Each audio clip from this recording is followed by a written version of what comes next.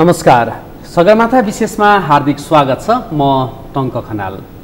विश्व यति बेला कोरोना भाइरस कोभिड-19 को महामारीबाट आक्रान्त छ। अहिले कोभिड विरुद्धको भ्याक्सिन पनि आइसकेको छ। नेपालमा पहिलो चरणको भ्याक्सिन वितरण सम्पन्न भएर अहिले दोस्रो चरण चलिरहेको छ। यही कोभिडका कारण विश्वको स्वास्थ्य क्षेत्रमा धेरै असर पर्यो भने दोस्रो पर्यटन व्यवसाय, पर्यटन उद्योगमा पनि त्यतिकै धेरै असर परेको छ। यसको प्रभाव नेपालमा पनि रह्यो। आज हामी कोरोना कहरका बीच अब पर्यटन उद्योगलाई कसरी माथि उठाउन सकिन्छ र पर्यटनबाट मानिसको जनजीवनसँग जोडिएको रोजगारलाई कसरी फेरि स्थापित गर्न सकिन्छ भन्ने विषयमा केन्द्रित रहेर कुराकानी गर्छौं। हामीसँग कुराकानीका लागि नेपाल पर्यटन बोर्डका सदस्य कृष्ण शाह हाम्रो स्टुडियोमा हुनुहुन्छ। आउनुहोस् उहाँलाई स्वागत गरौँ। कृष्ण सर, तपाईलाई कार्यक्रममा स्वागत छ। धन्यवाद।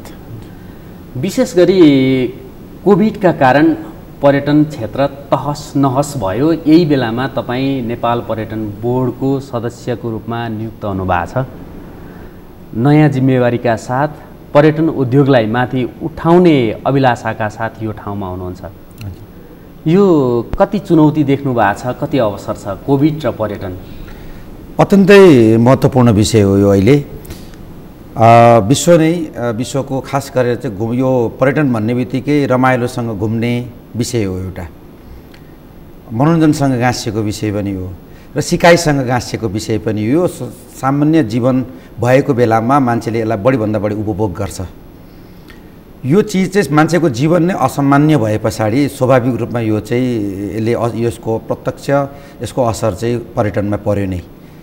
र हामी खास गरेर हामी जस्तो मुलुक अझ बढी यसको मारमा पर्यो, किनभने हाम्रो अर्थतन्त्र कृषि र पर्यटन र जलस्रोत जस्ता चिजहरूमा बढीभन्दा बढी हामीसँग आश्रित छौँ। र पर्यटनबाट जुन किसिमको हामीले आशा गरिरहेका थियौँ, जुन किसिमले पर्यटन उद्योग हाम्रो अगाडि बढ्दै थियो, भिजिट 2020 एउटा ठुलो अभिलाषा, ठुलो भिजनका साथ विश्वभरिका चाहिँ मानिसहरूलाई हामीले हाम्रो हिमाल घुमाउने, हाम्रो संस्कृति देखाउने, हाम्रो चाहिँ ल्यान्डस्केप देखाउने, हाम्रा सबै प्रोडक्टहरूलाई देखाउने भन्ने तरिकाले हामीले सुरुवात गरेको थियौँ। त्यो नै हामीले स्थगन गर्नुपर्यो। यो बन्द भयो। धेरै एउटा चाहिँ के छ भने भिजिट 2020 त सकियो अरे भने सकियो भने त्यो स्थगन मात्रै हो। त्यसको नाममा परीक्षा सर्टेन लेभलको हामी परिवर्तन गरेर आउँला, त्यो चाहिँ एउटा स्थगन हो। यसभन्दा पनि सरकारले त्यसलाई स्थगन मात्रै भनेको विशेष परिस्थितिको कारणले स्थगन गरिएको छ भन्ने छ। त्यसलाई यसको असर चाहिँ अब अहिले पर्यटन क्षेत्रमा खास गरेर अहिले पछिल्लो शिक्षा पर्यटन नै सबैभन्दा बढी यसबाट चाहिँ बढी प्रभावित भएको देख्छु। विशेष गरी 9 महिनाको यो अवधि हेर्दा पर्यटकीय गतिविधि त करिब ठप्प नै भए। अहिले केही समयदेखि करिब 1 महिना अगाडिदेखि आन्तरिक पर्यटनको चहल पहल अलिअलि बढेको छ भने बाह्य पर्यटन त नेपालमा अहिले ठप्पै छ। यो व्यवस्थापन अब आन्तरिक पर्यटनलाई अझै बढावा दिनको लागि र बाह्य पर्यटक भित्र्याउनको लागि के गर्नु पर्ला? हामीले अहिले चाहिँ यो आन्तरिक पर्यटन प्रवर्धन गर्दै गरेको अवस्था हो अहिले। किनभने यदि चाहिँ अहिले तत्काल हामीले विश्व बजारबाट पर्यटकहरू तत्काल हामीले बोलाइहाल्ने, पहिला राखिहाल्ने अवस्था, किन पर्यटकहरू पनि हामीले आफूलाई सामान्य जीवन देख्न थालिसक्यौँ। किनभने अहिले बजारमा गएर हिँड्यो भनेदेखि हामीलाई सामान्य जीवन छ, यसको मृत्यु दर पनि घटेर पनि आइसकेको छ। यसको प्रभावित दर पनि यसको चाहिँ न्यून हुँदै जाँदै गरेको अवस्था। त्यसले गर्दाखेरि अब हामी चाहिँ सधैँभरि यसरी नै बसिराख्ने अवस्था चाहिँ होइन। यद्यपि मान्छे जो हेल्थ कन्सियस छन्, जो चाहिँ अलिकति आफ्नो जीवनलाई चाहिँ अब सुरक्षित तरिकाले हिँडाउन चाहन्छन्, ती स्वाभाविक रूपमा यसबाट प्रभावित छन्। उनीहरू डर त्रासका बिचमा नै आउने होइनन्। र अब अहिले हामीले देखिरहेको चुनौती के हो भनेदेखि चाहिँ हामीले अहिले बजारलाई चलायमान बनाउनको लागि आन्तरिक पर्यटन प्रवर्धनका गतिविधिहरू नेपाल पर्यटन बोर्डले अगाडि सारेकै छ। त्यसका लागि नेपाल पर्यटन बोर्डले यही संरचनाभित्र काम गर्न कठिन हुने भएकोले गर्दाखेरि चाहिँ हाम्रो पर्यटन उद्योगलाई रिहाबल गर्ने अथवा पुनरुत्थान गर्नका लागि 7वटै प्रदेशमा अहिले पर्यटन पुनरुत्थान समितिहरू गठन भएका छन्। त्यो व्यवसायीहरूले त्यसको नेतृत्व गरिराख्नु भएको छ र हामी व्यवसायीहरूले नै त्यो गरेको नेतृत्वको कारणले गर्दाखेरि अब हामीले कसरी एक ठाउँबाट अर्को ठाउँमा यो घुम्नलाई प्रेरित गर्ने, कामको हिसाबले पनि घुमौँ, त्यस पछाडि यसलाई चाहिँ मनोरञ्जनको हिसाबले पनि घुमौँ, कुनै कामको नयाँ अवसरको खोजीको हिसाबबाट घुमौँ। यो तरिकाले 3टा तरिकाले हामी घुम्न सक्छौँ। नयाँ अवसरको खोजी पनि हो, किन मान्छेको धेरैको व्यवसाय कता तल माथि भएको छ, वा कुनै नयाँ अवसर देख्न सकिन्छ कि भन्ने तरिका, त्यो पनि घुमाइ पनि एक किसिमको यो पर्यटन हो। त्यस पछाडि अर्को चाहिँ अब हामीले यो तरिकाले चाहिँ घुमाउन खोजिरहेको छौँ कि अब लामो समय मान्छे घरभित्र मान्छे चाहिँ थुनिएर बस्नु पर्यो। अब जोसँग चाहिँ खास जीवनलाई सहज तरिकाले हेर्न खोजिराख्नुभयो थोरै आम्दानी भएका मानिसहरू जसले चाहिँ एक ठाउँबाट अर्को ठाउँमा गएर परिवारसहित एकपल्ट उन्मुक्त हिसाबबाट हाँसौँ, उन्मुक्त तरिकाले खुल्ला वातावरणमा बसौँ, यो मार्क्सको जीवनबाट अलिकति माथि उठौँ भन्ने तरिकाले केही प्राकृतिक मनोरम दृश्यहरू घुम्ने तरिकाले मानिसहरू घुमिराख्नु भएको छ। सुरुवात पनि भएको छ झट्टै। त चुनौती कहाँ भने राजनीतिक अस्थिरताको कुराहरू पनि अहिले आएको छ। देशमा जुन किसिमको अवस्था देखिएको छ यसले प्रत्यक्ष रूपमा आन्तरिक पर्यटनलाई पनि असर पर्ने देखेको छ। बाहिर पर्यटन त हामीसँग अहिले लगभग ठप्प अवस्थामै छ, तर यो सधैँ रहँदैन। हामी तयार हुँदैछौँ, व्यवसायहरू तयार छन्। अब वैसे जस्तै तपाईँले पर्यटन प्रवर्धनको काम व्यवसायहरू आफै जुटेको भनिरहे पनि धेरै समाचारहरू आउने गर्छन्। प्रचार प्रसारको कमीले, पूर्वाधारको कमीले यी क्षेत्र ओझेलमा पर्यटकीय गन्तव्य हुन सक्ने क्षेत्र ओझेलमा हुन त प्राकृतिक सुन्दरताको हिसाबले नेपाल विश्वकै उत्कृष्ट देशहरूको सूचीमा पर्न आउँछ। तर पनि यसको सुन्दरता हामीले बेच्न सकेको छैनौँ, कारण प्रचार गर्न सकेको छैनौँ, प्रवर्धनमा उचित भूमिका खेल्न सकेको छैनौँ, अनि पूर्वाधार निर्माणमा पनि हामी जुट्न सकेको छैनौँ। यस्तो अवस्था छ एकातिर। अर्कोतिर कोभिडले ल्याएको चुनौती जुन छ, स्वास्थ्यका कारणले पनि मानिसहरू जान चाहँदैनन्। अब यसमा पर्यटन बोर्डको भूमिका, तपाईँ सदस्य भएको हिसाबले तपाईँको भूमिका ती क्षेत्रको प्रवर्धन गर्नको लागि, ती क्षेत्रमा पूर्वाधार विकासको लागि कस्तो के हुन्छ? यो पूर्वाधार अब खास गरेर पर्यटन नेपाल पर्यटन बोर्डले चाहिँ खास गरेर दुईवटा कामहरूलाई प्रमुखतापूर्वक हेर्ने गर्छ। एउटा चाहिँ बजारीकरण हो, भएका जति पनि हाम्रो आकर्षणहरू छ त्यसलाई विश्व बजारमा लाने र आन्तरिक बजारमा प्रवर्धन गर्ने, र अर्को चाहिँ प्रवर्धन हो, भएका हाम्रा एक्जिस्टिङ र केही नयाँ गन्तव्यहरू तयार गर्ने, त्यसलाई रिसर्च गर्ने। यो कामहरू पनि नेपाल पर्यटन बोर्डको कार्यक्षेत्रभित्रै हो।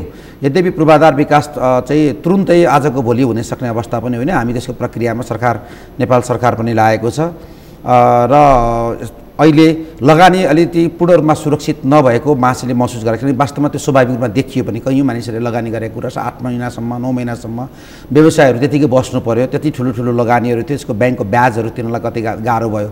सरकारले भर्खरै नयाँ पुनर्कर्जा नीति पनि लिएर आयो। पुनर्कर्जा नीति ल्याए पनि ब्याङ्कहरूको त्यो व्यवस्थापकीय क्षमताको कारणले गर्दाखेरि सबै व्यवसायीहरूले त्यो किसिमको सुविधालाई चाहिँ चलाइराख्नु सक्नु भएको छ, लिन सकिराख्नु भएको अवस्था छैन। किन पुनर्कर्जा भनेर भनिदियो, तर पुनर्कर्जाका पद्धतिहरू कसरी लिन सकिन्छ, त्यसको सूचना कसरी प्रवाह गर्ने भन्ने कुरामा पनि कम भएको छ। हामी त्यो काममा पनि लाग्दैछौँ कि यो प्रवर्धनात्मक गतिविधि सँगसँगै अहिलेको सन्दर्भमा चाहिँ हामीले कसरी चाहिँ व्यवसायलाई राहत दिन सक्छौँ भन्ने कुरा। तर म के भन्न चाहन्छु भने अहिले चाहिँ सधैँभरि यसरी नै विश्व त चल्दैन। स्वाभाविक रूपमा यो त केही समयलाई लिएर आएको महामारी हो। अब यो बेला भनेको हाम्रो प्रिपेटोरी फेज पनि हो। हामीले आफूलाई आन्तरिक रूपमा व्यवस्थापन गर्नलाई पनि सहज हुन्छ। कहिले पाहुना आइराख्ने घरमा नि पाहुना 2-4 दिन आएन भने घर सरसफाइ गर्ने मौका पनि मिल्छ। त्यसले गर्दाखेरि यो हाम्रो आन्तरिक तयारीको समय पनि सायद यो जुरेको हो कि हामी आफूलाई विश्लेषण गर्ने, हामीले आफूलाई तयार गर्ने काम पनि के हो त हाम्रो लागि महत्त्वपूर्ण विषय हो। तर यसका लागि अब सरकारी नीतिहरूलाई परिवर्तन गर्ने कुरा लिएर पनि मन्त्रीज्यू लगायतका कुराहरूसँग हामीले म त भर्खर मात्रै आएको भए पनि यसलाई तयारी गर्ने कुरामा साथीहरूको लभिङ यो काममा भइरहेको छ र हाम्रो पनि काम त्यही लेभलमा छ। नीतिगत हिसाबबाट गर्नुपर्ने के अप्ठ्याराहरू छन् त्यसलाई नीतिगत रूपमा हामीले प्रबन्धन गतिविधिमा जाने, विश्व बजारमा हामीले के गर्ने भन्ने कुरामा। यो लकडाउनको बेलामा पनि नेपाल पर्यटन बोर्ड त्यत्तिकै चाहिँ बसेको होइन रहेछ। हामीले देख्दाखेरि के हुन्छ भनेदेखि चाहिँ प्रत्यक्ष सरकार राखेको विषय मैले आफूले त्यसको उपभोग गर्न पाउने काम भइरहेको, या त मैले उपभोग गरिरहेको छैन भने त्यो काम नभएको जस्तो देखिन्छ। त त्यो होइन कि विश्व बजारमा बजारीकरण गर्ने कामहरू त भर्चुअली गर्ने काम जे थियो त्यो कामहरू विश्व बजारमा भइ नै राख्यो। यो बिचको सर्वेहरू पनि कामहरू उहाँहरूले गर्नुभएको हामीलाई रिपोर्ट सुनाउनु भयो कि हामी बिचमा हामीले प्लानिङ गर्ने हो भनेदेखि वर्तमान बेस त हामीलाई थाहा हुनुपर्ने तथ्याङ्क अहिले के भइरहेको छ, कति मान्छे आएर कुन देशबाट आइरहेको छ र कति खर्च गर्दैछन्, कति खर्च गरेर जाने सम्भावना बोकिरहेको छ, कुन ठाउँलाई कुन तरिकाले विकास गर्दा उपयुक्त हुन्छ, कुन ठाउँलाई कस्तो किसिमको ब्रान्डिङ गर्ने भन्ने कुराहरूमा पनि पूर्व तयारीहरू हामीसँग भएका विगतमा के अभ्यासहरू नभएका भन्ने होइनन्। त्यो काम भइरहेछ। हामी पनि त्यही लाइनमा छौँ। हामी पनि अहिले के भनिरहेछौँ, यो चुनौतीपूर्ण समय छ अहिले हामीलाई। कोभिडको चुनौती एउटा, नेपाली अर्थतन्त्र नै वास्तवमा समस्यामा थियो। त्यसमा पनि अब कोभिडले गर्दाखेरि अब पर्यटन झन्भन्दा बढी, किनभने भूकम्पले हामीलाई थला पार्यो। भूकम्पले पनि हामी थला पार्यौँ। भूकम्पबाट अलिअलि उठ्दै थियौँ, त्यस पछाडि यो कोभिड आयो भनेपछि व्यवसायीहरू त खास गरेर पर्यटन व्यवसायहरू जसले चाहिँ सर्भिस ओरिएन्टेड बिजनेस हो, यो मान्छे 8-10 जना मान्छे राख्नै पर्छ। 10-15 जनादेखि तपाईँको यहाँ 400, 500, 600 जना मान्छेहरू राख्ने इन्डस्ट्रिजहरू छन्। 600, 1000 जना मान्छे भएका इन्डस्ट्रिजहरूमा त कति असर पर्यो होला, किनभने अब त्यसलाई निकालेर घरमा जाऊ पनि भन्न सक्दैन, किन हिजो सँगै काम गरेको छ। काम गरेर राख्नु भन्दाखेरि सर्भिस दिने कुनै ठाउँ पनि छैन। यो जुन चुनौतीपूर्ण समयमा हामी एउटा चुनौती त्यो छ। अब अहिले देशको राजनीतिक अवस्था चुनौतीपूर्णै छ होइन। र अनि विश्व बजारबाट आम्दानीको आधारबाट मान्छे घुम्ने डुल्ने हो, आम्दानीको आधारबाट मान्छेको आफ्नै कुरा के घटेको छ, लस गरेको यति धेरै लस भएको छ मान्छेको जब। त्यसलाई जब ट्रेलमा आउनु सक्दैन, त्यसलाई चाहिँ रिट्रेल हुन सक्दैन, नहुन्जेलसम्म त स्वाभाविक रूपमा हामीले चुनौती विवरण छ। त्यसमा पनि अब हामी अहिले यस्तो समयमा आइपुगेको छौँ कि यी सबै कुराको चुनौती विवरण छ। यतातिर पहिला के थियो भनेदेखि चाहिँ प्रबन्धन गर्ने कुराहरू प्रपोजल साथीहरू बोकेर आउनुहुन्थ्यो, यसरी प्रबन्धन गर्न सकिन्छ होला भनेर आउनुहुन्थ्यो। अहिले प्रबन्धनका गतिविधि भन्दा पनि हामी मारमा पऱ्यौँ, ब्याङ्कको पैसा तिर्न सकिरहेको छैनौँ, हाम्रो होटलहरू चलाउन सकेका छौँ, हामीले उद्धार हुनु पर्यो। यो चाहिँ अहिले चाहिँ के भनेदेखि चाहिँ हामी डेभलपमेन्ट फेजमा कुदिसकेको थियौँ हामी। अब हामी अहिले चाहिँ च्यारिटेबल फेजमा जानुपर्ने, अर्थात् हामी चाहिँ उद्धारको समयमा हामीले कसरी हाम्रो पर्यटन उद्योगलाई जोगाउन सक्छौँ, कसरी उहाँहरूको चाहिँ इनर्जीलाई फेरि रिएनर्जाइज गर्न सक्छौँ, कसरी उहाँहरूलाई फेरि खुसी अनुहारमा खुसी ल्याउन सक्छौँ भन्ने कुरामा चाहिँ अहिले हाम्रो चाहिँ खास रूपमा हाम्रो ध्यान केन्द्रित रहेको अवस्था हो अहिले। विशेष गरी 70 अर्बभन्दा बढी होटल व्यवसाय सानादेखि ठुला तारे होटलसम्ममा लगानी भएको रहेछ नेपालमा पछिल्लो तथ्याङ्क अनुसार। यही अवस्थामा व्यवसायीहरूले पर्यटकीय गतिविधि बढाउनको लागि धेरै लगानी गरेका छन्, तर सरकार 20 वर्ष पछाडि गठन भएको स्थानीय सरकार चाहिँ देशलाई पर्यटकीय क्षेत्रलाई कङ्क्रिट बनाउने भूमिकामा अगाडि बढ्यो भन्ने पनि गुनासो छ। जस्तो कि कुनै पनि ठुलो अग्लो ठाउँमा त्यहाँ पनि टावर बनाइदिने, किनकि त्यो अग्लो ठाउँ आफैमा टावर हो, त्यसमा अलिकति थोरै मात्रै उचाइ थप्दाखेरि त्यसको कुनै पनि अर्थ रहँदैन, मात्रै त्यो क्षेत्र कङ्क्रिट हुन्छ भन्ने खालको एकातिरको गुनासो छ भने अर्कोतर्फ विभिन्न नीति नियमहरू बनेका पनि छन्, तर सरकारवाला निकायले त्यसलाई कार्यान्वयन गर्न सक्दैन, तिनीहरू कागजमै सीमित भइरहेछन् भन्ने पनि गुनासो छ। तपाईँ सहभागी भएको टिम अब यसले यी नीतिगत रूपमा जुन लेखिएका कुरा हुन्छन् तिनीहरूलाई व्यवहारमा उतार्नको लागि कसरी काम गर्छ? एउटा कुरा त तपाईँले एउटा उठाउनु भएको विषय त्यो अलिकति टिप्पणी जस्तो पनि मलाई महसुस भएको छ। मलाई व्यक्तिगत रूपमा स्वाभाविक रूपमा जब 3 तहको सरकारहरू गठन भए, 3 तहको सरकार गठन भएपछि स्थानीय तहले पूर्ण रूपमा अधिकार सम्पन्न भएर आयो र अधिकार सम्पन्न भएर आइसके पछाडि बजेटको फ्लो पनि बजेट प्रवाह पनि स्थानीय तहमा चाहिँ तुलनात्मक पहिलाको तुलनामा राम्रोसँग जान थाल्यो। त्यस पछाडि चाहिँ सबै किसिमका कामहरू गर्नलाई पूर्वाधार विकास, पर्यटनको कुरा, उद्योगको कुरा, कृषिको कुरा, शिक्षाको कुरा, स्वास्थ्यको कुरा, त्यो प्राथमिक तहको काम गर्ने काम र त्यसलाई अन्तर्निहित त्यसको समस्यालाई खोज्ने काम र त्यसको विकास गर्ने काममा स्थानीय सरकारको भूमिकालाई संविधानले पनि प्रत्याभूत गर्यो। त्यो भइसके पछाडि स्वाभाविकले के हो भन्दाखेरि चाहिँ उहाँहरूले अलि स्थानीय तहको सरकारहरूले गरेका गतिविधिहरूमा केही टिप्पणीहरू उठ्नु स्वाभाविक छ। किनभनेदेखि चाहिँ डाँडामा टावर बनायो, कसले बनायो भन्दाखेरि डाँडामा टावर चाहिँ स्थानीय तहले माने कि राम्रै थिँदै थियो, यद्यपि त्यसलाई अझ आकर्षण दिन सकिन्छ भन्ने तरिकाले भयो होइन। त्यो एक चरणमा त्यो चाहिँ जरुरत थियो, भयो पनि, तर अब त्यही नै सधैँभरि भइराख्नुपर्छ भन्ने कुरा होइन। निजी अब तथा यो पब्लिक प्राइभेट पार्टनरसिपको हिसाबले पनि तिनीहरू गएनन्, सिधै बनियो।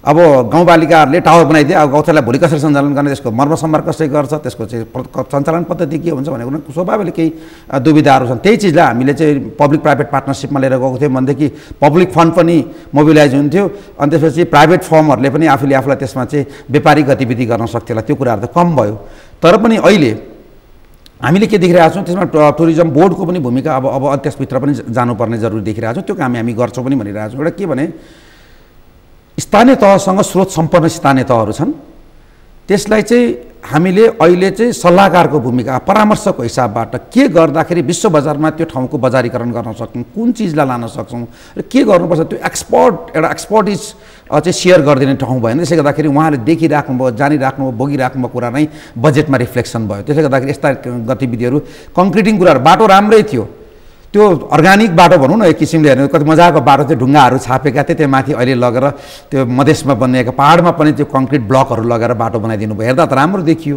तर त्यसको वातावरणीय प्रभावको मूल्याङ्कन पनि भएन। केही समय चल्छ, किनभने यो चाहिँ अपरिपक्वता हो, योजनामा हाम्रो अपरिपक्वता हो। र यो ब्रान्डिङ के कुराको ब्रान्डिङ गर्ने भन्ने कुरामा हामीमा स्पष्टता नभएर पनि हो। किनभने हामीले हाम्रो कल्चर ब्रान्डिङ गरेको थियौँ भने सायद सम्भवतः हामी त्यो काम गर्दैन थियो होला। हाम्रो आफ्नो स्थानीयतालाई हामीले ब्रान्डिङ गरेको थियौँ। त्यो काम हामीले कुन कुराको ब्रान्डिङ, म आफ्नो जुन जिल्लाबाट प्रतिनिधित्व गर्छु, म इलामको ब्रान्डिङ झट्टै सुन्दाखेरि चिया हो। त कति दिनसम्म बेच्ने चिया भन्दाखेरि त्यो मान्छे सधैँभरि त्यो चिया मात्रै हेर्नु त जाँदैन। त्यसदाखेरि यो चाहिँ डाइनामिक चिज हो वास्तवमा। यो चाहिँ एकदमै यो परिवर्तित भएर ब्रान्डिङ त चेन्ज भएर 5-5 वर्षमा 3-4 वर्षमा 1-1 वर्षमा कहीँ कुनै देशहरूले 1-1 वर्षमा चेन्ज गरेर हुन्छ हाम्रो ब्रान्डिङलाई। भनेपछि यो ब्रान्डिङ गर्ने पद्धति नजानेर त्यसको चाहिँ योजना गर्ने विषयमा हामी जानकारी नभएर यस्ता गतिविधि भएका, त्यसमा हामी सहयोग गर्छौँ। अब स्थानीय तहसँग त्यो किसिमको एक्सपर्टिज हुनु सक्दैन कि त्यो हायर गर्न पनि गाह्रो हुन्छ। भनेदेखि हामीले जुन अहिले प्रदेशमा हामी एउटा यहाँलाई भनौँ देश संहितामा गइसक्यो, हामी पर्यटन बोर्ड चाहिँ काठमाडौँमा बसेर देशभरिको पर्यटन कुरा गरेर आएको थियौँ। अब त्यो रहँदैन। अब हामी पनि आएका छौँ। हामी यहाँ 7वटा प्रदेशमा प्रदेश चाहिँ कार्यालयहरू खोलेर लिएर जाने हामी तयारी गरिसकेका छौँ। त्यसको केही पूर्वाधारहरू अध्ययनका कामहरू पनि सकिसकेको छ। हामी 7वटा प्रदेशमा जब पुग्छौँ भनेपछि चाहिँ हामीले त्यहाँबाट त्यो चाहिँ विशेषज्ञ सेवाहरू हामीले स्थानीय तहमा दिन सक्छौँ, जुन कुराको लागि उहाँहरूलाई जरुरत छ अहिले। किनभने के कसरी लिएर जाने होला, कहाँको लिएर जाने, कुन चाहिँ कुरा हामीले नदेखेका कुरा। म भर्खर एउटा हिजो मात्रै कुरा भइरहेको थियो। अब त्यो केरलाको कुरा गरिराख्नु एकजना साथीले मलाई, केरलामा चाहिँ भारतको केरला चाहिँ अब त्यहाँको बिचहरूको लागि एकदम प्रख्यात थियो। त्यो बिचमा बिच भलिबलहरू देखाउने के गर्ने। अब उनीहरूले के कोकोनटसँग गाँसेर साइकलमा मान्छे हिँड्दै गरेको ब्रान्डिङ गर्यो सर। यो फरक ढङ्गको ब्रान्डिङ आयो भनेर भन्दैछौँ। हामीले भक्तपुरतिर गयो भने खोर्सानी सुकाएको मात्रै देखेर चाहिँ हामीले राखेर ब्रान्डिङ गरेर लिएर जान सकौँला होइन। इलाममै हामीले अर्को नयाँ किसिमको ब्रान्डिङ गर्ने एग्रिकल्चर ब्रान्ड बनाएर लिएर जान सकौँला। विविध होला यस्तो ब्रान्डिङ गर्ने। पोखराले पनि ब्रान्डिङ गर्छ। कहिलेसम्म होला यो? हामी त अब मैले यहाँलाई जानकारी गराउँ, हाम्रो प्रवेश म त 7 दिन मात्रै भयो हामी यतातिर प्रवेश गरेको। हामी 3 दिन अगाडि मात्रै मैले त्यो पर्यटन बोर्डमा प्रवेश गरेको छु। तैपनि हामी भिजनसहित आएका छौँ। हामी त्यहाँ बसेर फेरि छलफल गरौँ के भन्ने छैन।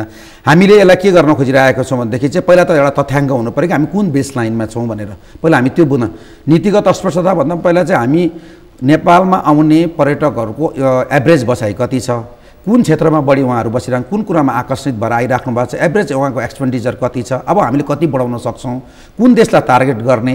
अहिले हामीले गर्दै गरेको टार्गेट भएका देशहरू मात्रै हुन् कि या अरू नयाँ देशहरू आइडेन्टिफाई गर्न सक्छौँ कि यी सबै कुराहरूलाई हामीले पहिला त अध्ययन नै गर्नु पर्यो। त्यसको लागि हामी बढीमा भन्दा बढी 1-1.5 महिनामा हामी यो कामहरू सिद्धाउँछौँ। त्यस पछाडि हामीले एउटा भिजनरी पेपर निकाल्ने कि भनेर भन्दैछौँ। अब हामी जान्छौँ, हाम्रो वे फरवर्ड के हो, अब हामी कतातिर जान्छौँ भन्ने कुरामा हामी तयार गर्छौँ। मधेसलाई कसरी विकास गर्ने, किनभने हामीसँग भारत त्यति ठुलो चाहिँ हामी दक्षिणतिर हामी त्यति ठुलो देश छ जसले विश्वभरि घुमिरहेको छ। त्यसलाई हामी कसरी हाम्रोतिर आकर्षण गर्न सक्छौँ। त्यस पछाडि तपाईँको बङ्गाल र चाहिँ हामीले बिहारलाई मात्रै हामीले टार्गेट गर्नु। 7 करोड मान्छे त बङ्गालमा मात्रै बस्छन्। तपाईँको 5 करोड यो बिहार र बङ्गाललाई मात्रै हामीले टार्गेट 11 करोड झन् बिहारमा छ। यो मान्छेहरूलाई मात्रै हामीले टार्गेट गरेर हामीले लिएर आउन सक्यौँ भनेदेखि त। तर उनीहरूले चाहिएको चिज के, उनीहरू रिलिजियस भ्यालुजमा आउँदैछन् कि क्यासिनो प्ले गर्न आउँछ, इन्टरटेनमेन्टमा आउँदैछन् कि तराईलाई कुन रिजनमा लिएर जाने भन्ने कुरामा हामी गर्दैछौँ। क्यासिनोहरू बढी खेल्न आइरहेछन्, क्यासिनोहरू डेभलप गरेर लिएर जाउँ। रिलिजियस भ्यालुजहरू बोकेर आइरहेछन्, त्यसलाई रिलिजियस भ्यालुजसँग लैजाउँ।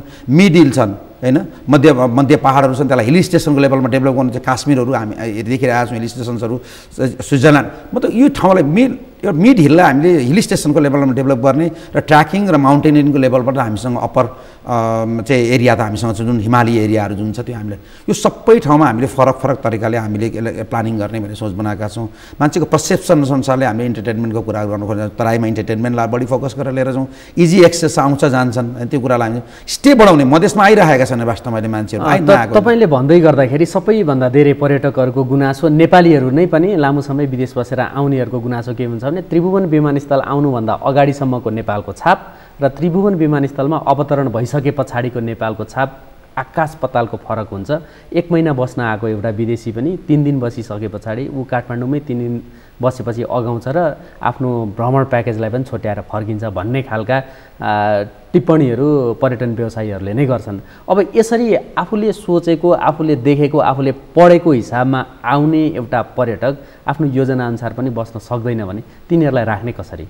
यो अब महत्त्वपूर्ण, यो चाहिँ अब इन्डिभिजुअल एटिच्युड होइन। यो हामीले समग्रतामा कुरा गर्दा त फेरि अन्याय हुन्छ। कतिले त आफ्नो विदेशीलाई, कुनै एउटा विदेशीलाई बाटोमा समस्यामा देखिने बित्तिकै आफ्नो घरमा लगेर सुताउनु भएको पनि छ।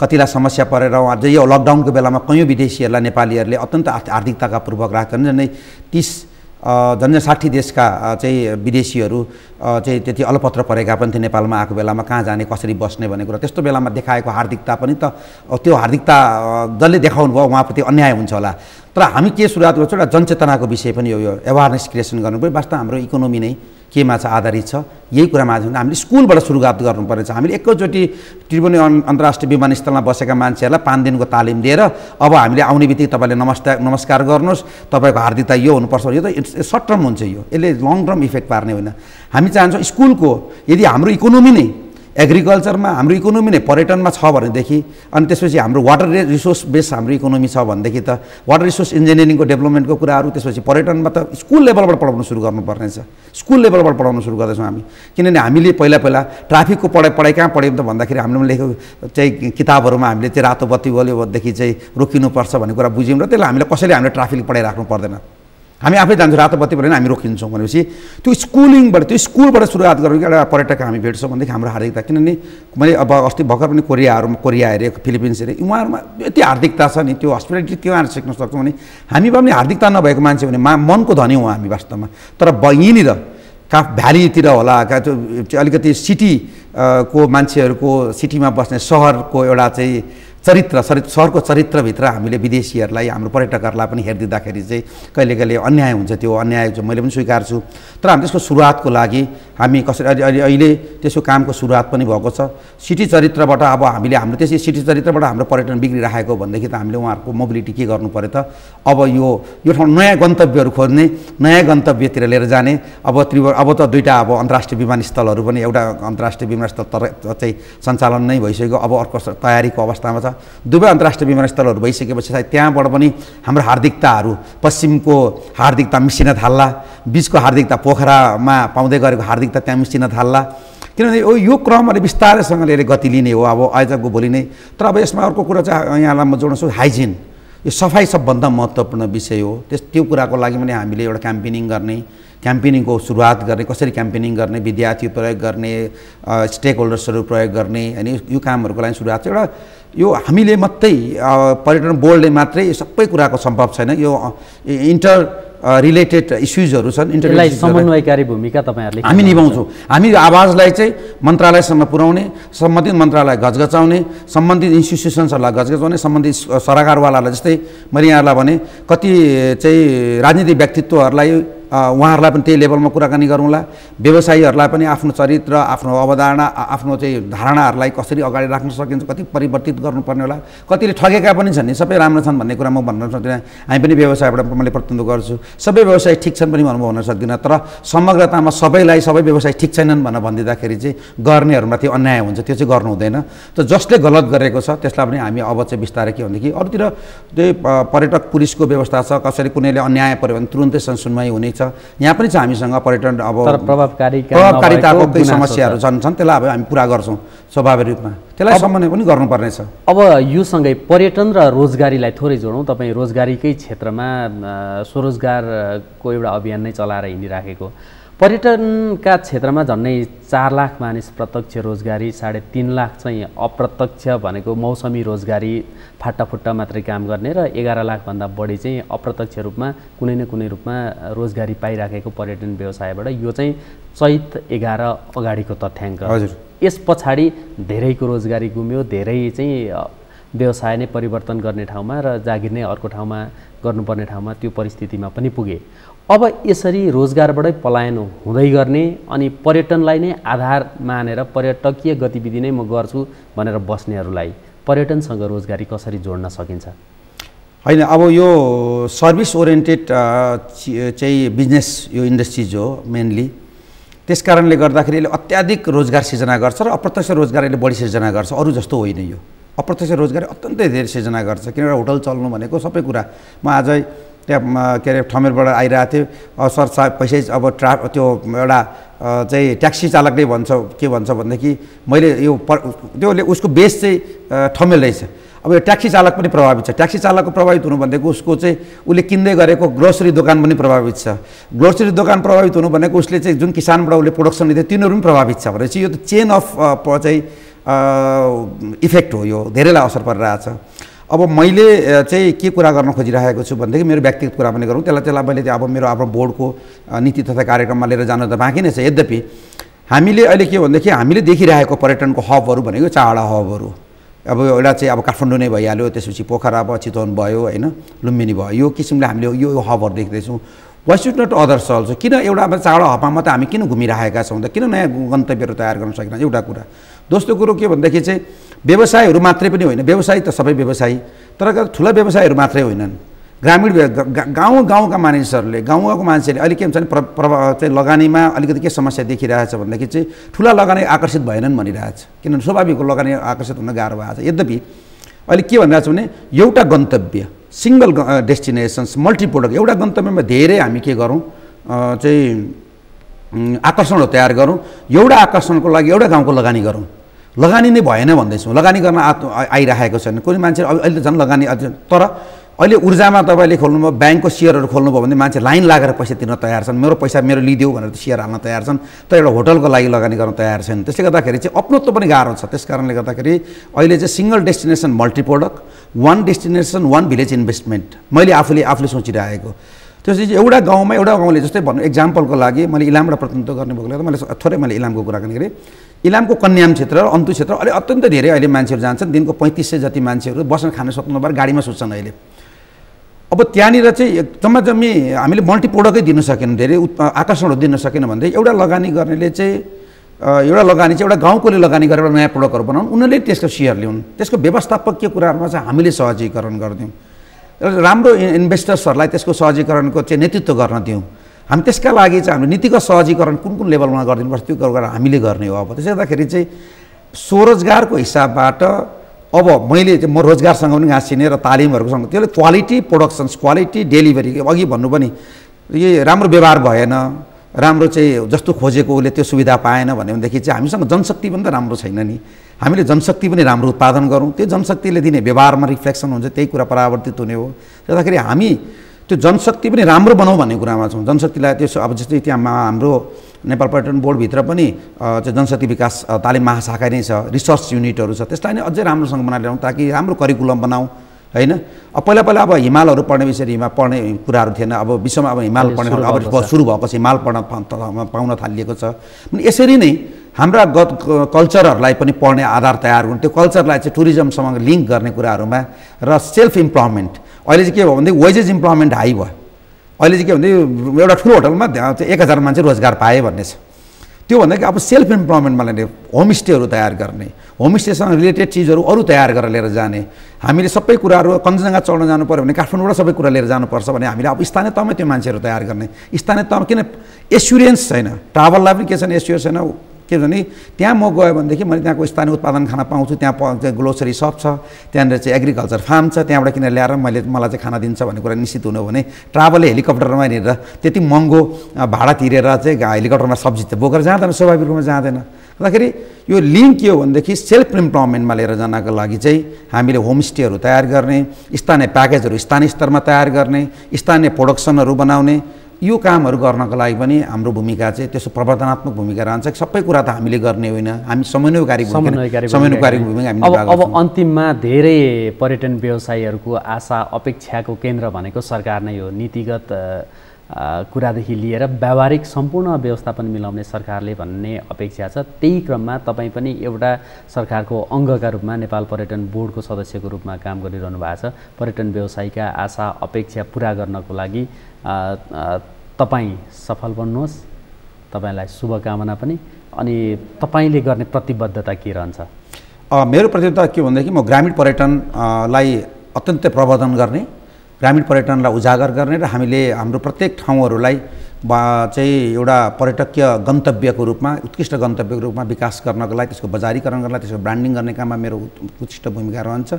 सरकारको नीति तथा कार्यक्रम अनुसारले हामी चल्ने हो स्वाभाविक रूपमा। त्यसपछि व्यवसायीहरूको गुनासोहरूलाई हामीले चाहिँ रिफ्लेक्सन गर्ने हो त्यही नीति तथा कार्यक्रममा। र अहिले हामीले चाहिँ हाम्रो योजनाको पक्ष पनि हामी अलिक कमजोर रह्यौँ, हामी चाहिँ टुक्रे कामहरू अलिक बढी गरिराखेको रहेछौँ। र अब हामी चाहिँ एउटा स्ट्राटेजिक प्लान बनाएर 5 वर्षसम्मको एउटा पर्सपेक्टिभ प्लान बनाएर लिएर जाने, त्यसैभित्र सबै कुरा गर्न सक्ने कुराले गर्दाखेरि एस्योर पनि बढ्छ। त्यसले गर्दाखेरि एक किसिमको प्रतिबद्धता पनि त्यसैले प्रस्तुत गर्ने हो। हामी झन्डै 5 वर्षको लागि चाहिँ एउटा स्ट्राटेजिक पेपर तयार गर्ने भन्ने कुरामा मैले पनि त्यही प्रस्ताव गरिरहेको छु। 5 इयर्स एउटा प्लान बनाऊ, त्यसपछि 15 वर्षको एउटा चाहिँ भिजनरी प्लान बनाऊ र 5 इयर्स प्लानले एक्टिभिटिज लेभलमा डिफाइन गर्छ भनेदेखि भिजनरी लेभलमा 15 वर्षले डिफाइन गर्छ। हामी जम्मा टोटल अहिले चाहिँ हामी 3% जति हाम्रो जिडिपीमा हाम्रो डाइरेक्ट इन्फ्लुएन्स छ, हामीले डाइरेक्ट कन्ट्रिब्युट गर्छौँ। हामी चाहन्छौँ हाम्रो यो समयभित्र हामी 3 वर्षको लागि भनेर आएका छौँ। हामी पक्कै पनि अप्रत्यक्ष हिसाबले 6 देखि 7% झन्झन्डै अहिले पनि देखिन्छ, तर हामी 10%सम्म हामी यसलाई चाहिँ बढाएर लिएर जाने हो कि भन्ने किसिमको सोचाइ छ। 3 वर्षमा पुऱ्याउँछौँ होला त्यति।